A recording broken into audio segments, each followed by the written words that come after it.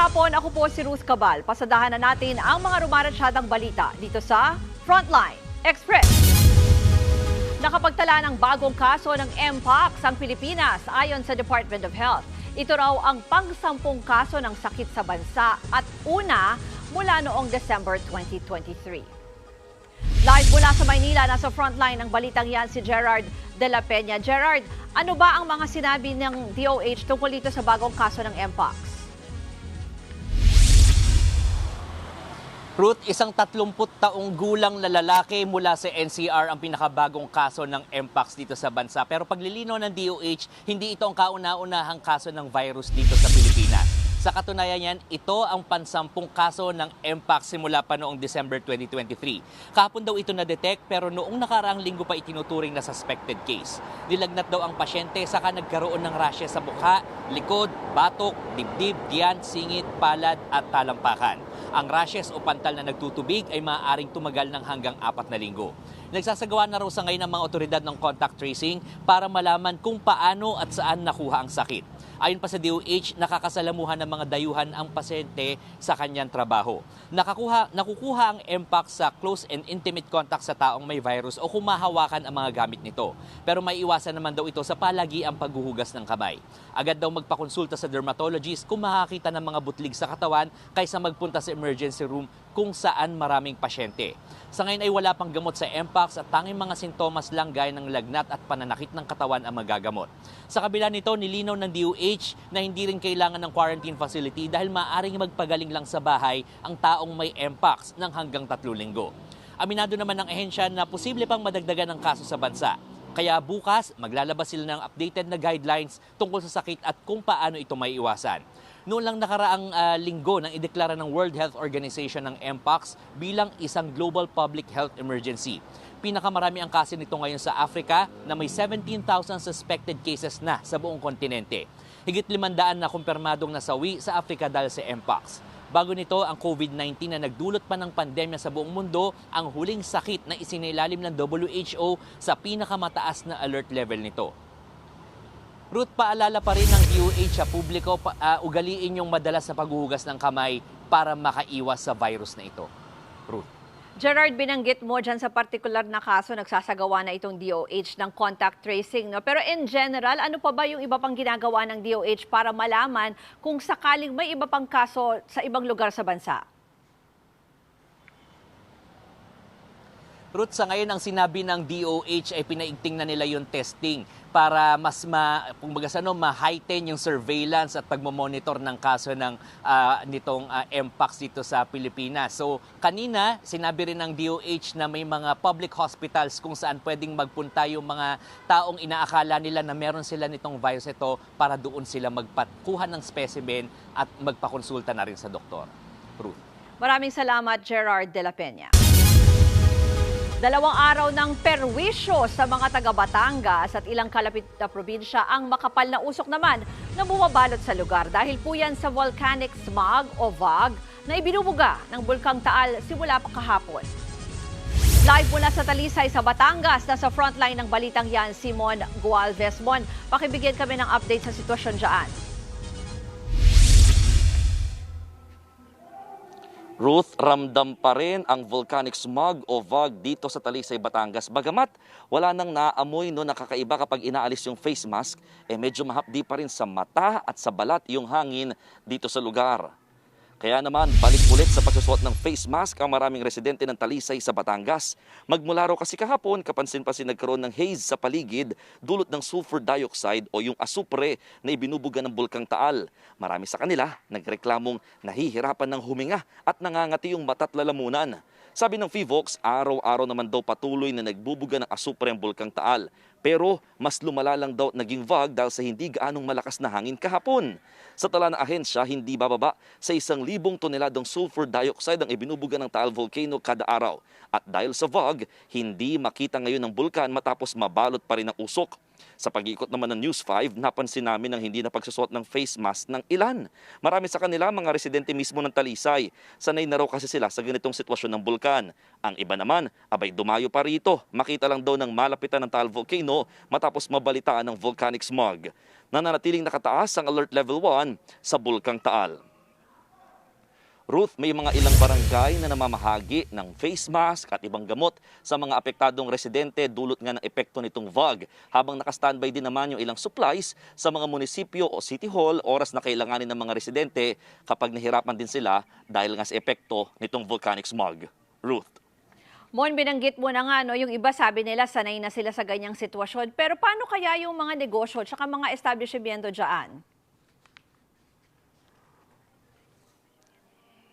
Sa pag-iikot natin, Ruth, no, yung mga establishmento at mga business dito halos normal pa rin at talagang nagpapatuloy pa rin yung kanilang operasyon sa kabilangan ng epekto nitong volcanic smog. Ang sabi din naman kasi ng mga nakausap natin, halos humina na, no, yung volcanic smog o yung VOG dito nga sa area.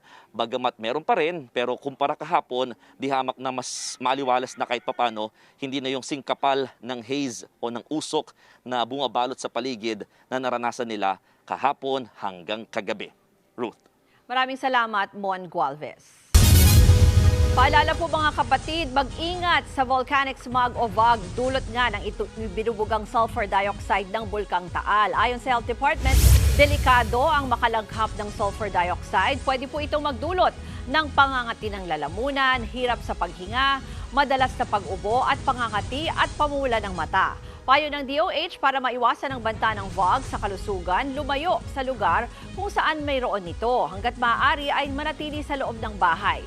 Kung kinakailangan namang lumabas, siguraduhin magsuot ng face mask. Pwede po ang N95, N96, N98 o surgical mask. Kung sakali namang makalanghap ng VOG, uminom agad ng maraming tubig. Dalhin ang pasyente sa lugar na may sariwang hangin at kumonsulta sa pagamutan kung kinakailangan. Ito naman ang dapat gawin kung sakaling mairita ang mata at balat ng VOG. Banlawan po agad ang mga mata ng malinis na tubig.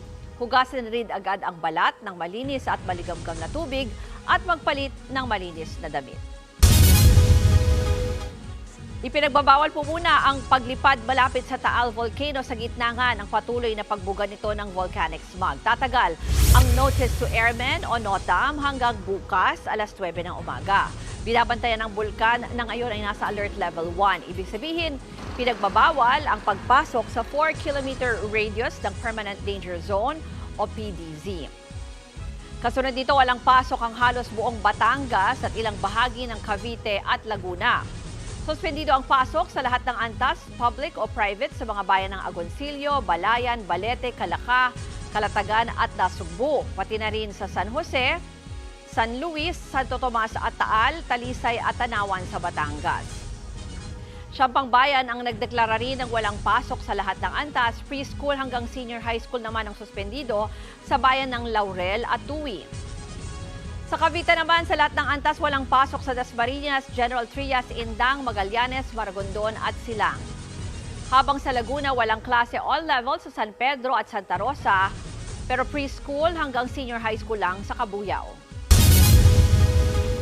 Habang may volcanic smog sa Calabarzon at Southern Metro Manila, niyanig naman ng magkasunod na lindol ang Northern Samar.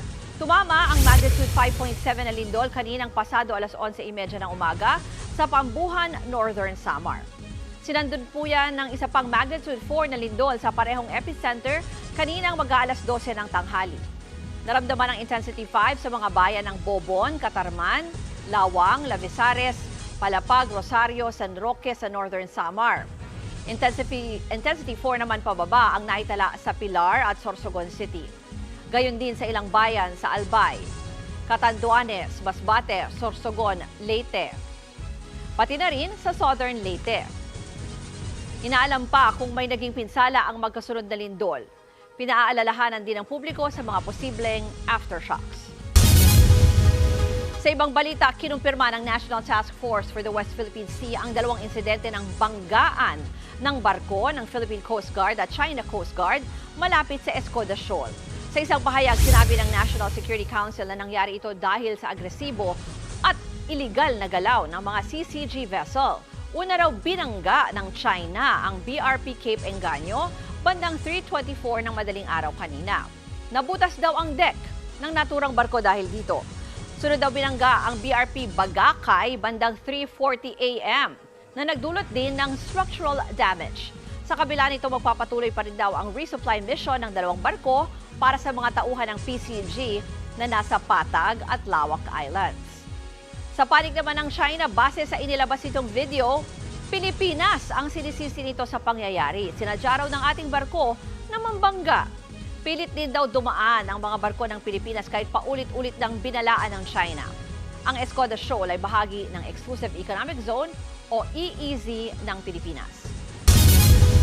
Marami pang aabangang balita sa pagbabalik ng Frontline Express.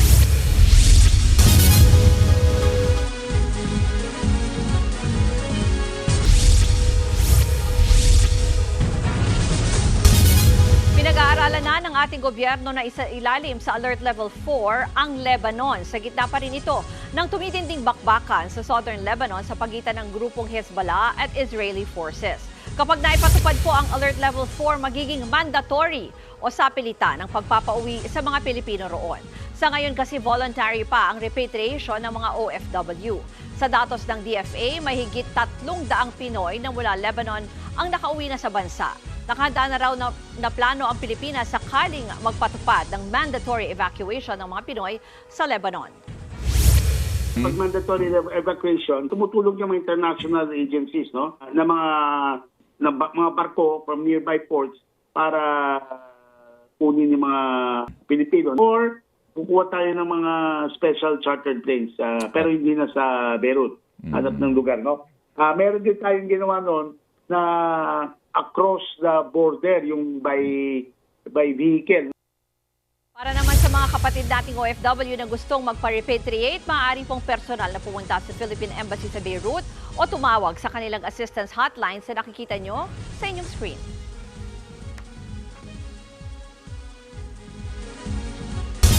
Narito naman ang mga balitang dapat nyong abangan sa Frontline Pilipinas. Fog ng Bulkang Taal umabot na sa Metro Manila. Barko ng Pilipinas at China nagkabanggaan sa dagat. At Ferris wheel sa isang music festival sa Germany biglang nagliyab. 4 na lapnusan, isa pang sakay nahulog. Yan ang mabilis na pasada ng mga balitang dapat niyong malaman. Ako po si Ruth Cabal. Magandang hapon.